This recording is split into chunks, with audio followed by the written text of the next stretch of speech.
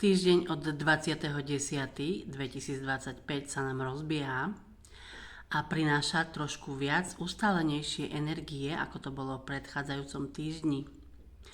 21.10. nás čaká nov mesiaca v znamení Váh. O tejto energii sa dozviete viac v článku na Patreone.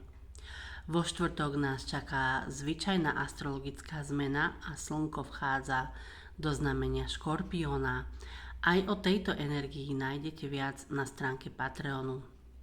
Najnáročnejší deň sa ukazuje z pohľadu astrológie v nedeľu. V nedeľu, keď mesiac v poobedných hodinách vstupuje do znamenia Kozorožca, môže na vás doľahnúť väčšia taká ťažoba a môžete mať väčší sklon k smútku a k obavám. A ešte, aby som nezabudla, máme tu ešte jednu astrologickú zmenu a planéta Neptún sa znova vracia do znamenia Rýb. Neptúnska energia sa dostáva do vodného znamenia. Možné sú nové otázky viery a takisto sa hovorí, že kryptomeny a tento finančný trh je pod vplyvom planéty Neptún. Myslím, že by bolo vhodné to preskúmať.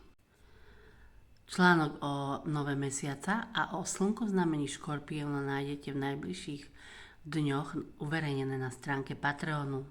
Srdečne vás na túto stránku pozývam. Ahojte.